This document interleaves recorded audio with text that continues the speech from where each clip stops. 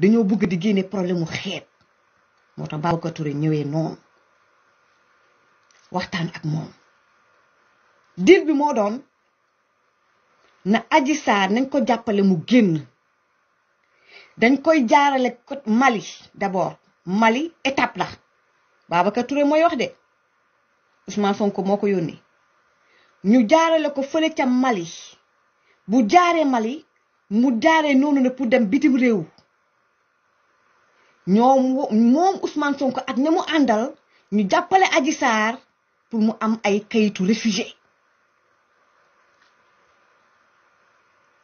bu Adji Sarr yeggee bitim réew ba toog ba installé wu Adji Sarr war a wax ak waa Sénégal ne leen génn na ci dossier bi mbir mi complot pour que mu setal wicc ki nga xamante ne moom mooy Ousmane Sonko ma leen di laaj dugal léegi audio yi waa koo xam ne nee nga dañu la complot yow defoo waxoo ba nga demee di bëslu te Sweet Beauté nee nga da nga yëkkati sa chemise rek ñu di la 4 mai bu fekkee dañu la tooñ ba ay xale gëm la ba dee ci yow nga nekk un homme politique ma leen di laaj kooku est-ce que dina dem di négocier kooku est-ce que du bëgg dem moom ngir mu laver son honneur et sa dignité et celle de sa famille et de sa famille politique kooku mooy jaay guerrier ci kaw ànd ak waa Yewwi Askan Wi maanaam maa yëngal Sénégal maa xew ci jamono 2024 man maay dugg palais man la Macky Sall peur man président Macky Sall man la peur man maay Ousmane Sonko man dañ ma complot man maa tey Sénégal ci sama loxo man te damay gañe man moom mooy jaar ci suuf comme mboote de ut ku koy dugal biir entourage à Adji Sarr pour muy négocier ñu duglu audio yi may leen ma tuuti. Hypocrites qu'ils sont ces gens-là may leen ma tuuti tey fii neex yéenay wax ay mbirum audio lii xoolal lii rombaas la du remontada maa ngi dégg ñu naan remontada mati dugg fi génn fii ñun taluñu loolu xoolal lii lu sew la rek par rapport ak ñun lu ñu yor lii du dara maa leen ko waatal lii du dara rombaas la rek pour sama gars yi ngeen xam ne Adji Sarr dafa am fu wér fu mu toog ñun ñi ànd ak moom dafa am ci lu ñu téye kii def audio yi nag Sénégal amel na lu njukkal may leen ma ñëw ñu dugal audio yi jox na ma léegi autorisation neen na audio yëpp dugg gars yi na bar dama bëgg ngeen partager lépp na bar wax naa ne loolu laa bëggoon d'abord après mën na léegi li gën mooy ñu wuti fenn fu muy dëkk ñoom ñu lay fay xam nga wax donc mais léegi yow nañ def interview bi et puis nga trouvé ko fenn fu muy dëkk man ñu fay ko mu nekk fa après mu nekk fa ak yow wala mu nekk fa ko neex mais ça c'est mu xam ne le temps ñu organiser pour ñu génne ko fi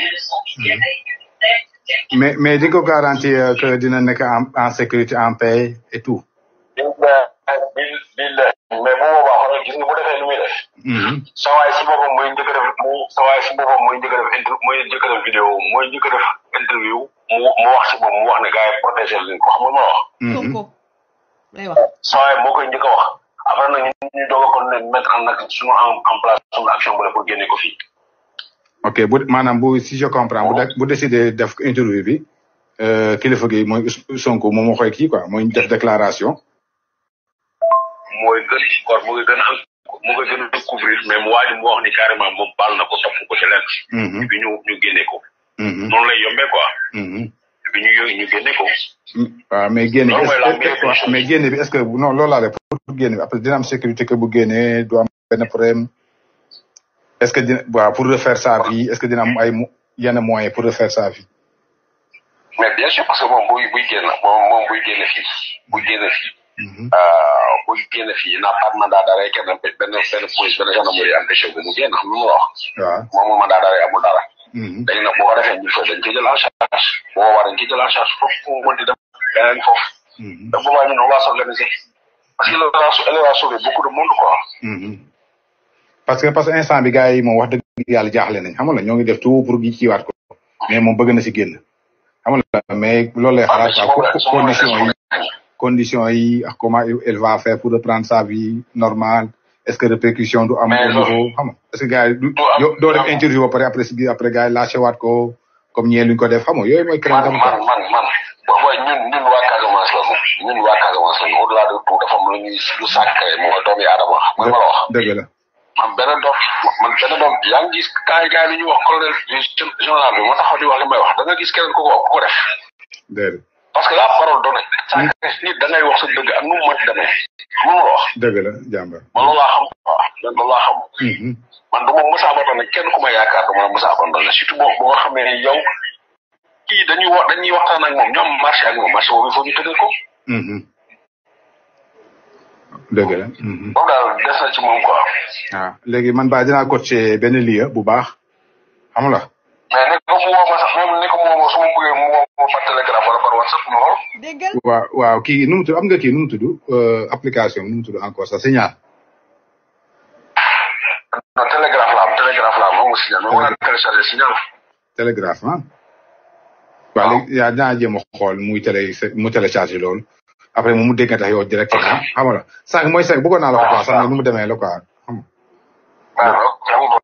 léegi bàyyi ma yow prépare-toi en conséquence xam ne début de semaine bi moom affaire dina féete boor quoi. ok jaajëf jaajëf Yamba. directeur. waaw Ba ma dama doon nelaw yaa ngi si jàmm. da ngaa sonn. waaw dama demoon géej.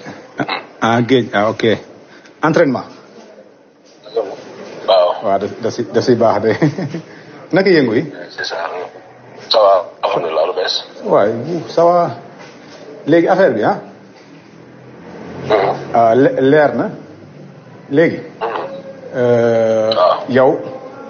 na la ñu procédé xam nga parce que man keroog wax naa ko nee naa ko dañuy yóbbu Mali comprendre nga. waaw nee naa ko saa yee sax nee na Mali du da ngay dem Mali pour toog fa. Mali après gars yi dañuy utal destination nga dem fa. yoon la waaw. xam nga mu ne ma léegi si yan condition laay demee ak kan moo may yóbbu xam nga ne ma lii est-ce que affaire bi leer na ma ko non leer na parce que man saa waay ñoo ngi échangé te waa ji wax naa moom téléphone xam nga ni wante nañ te man xàmmee naa voix am xam nga moo ma ne waxtaan la Babacar xam nga loolu leen décidé rek xam nga ma kon gars yi pare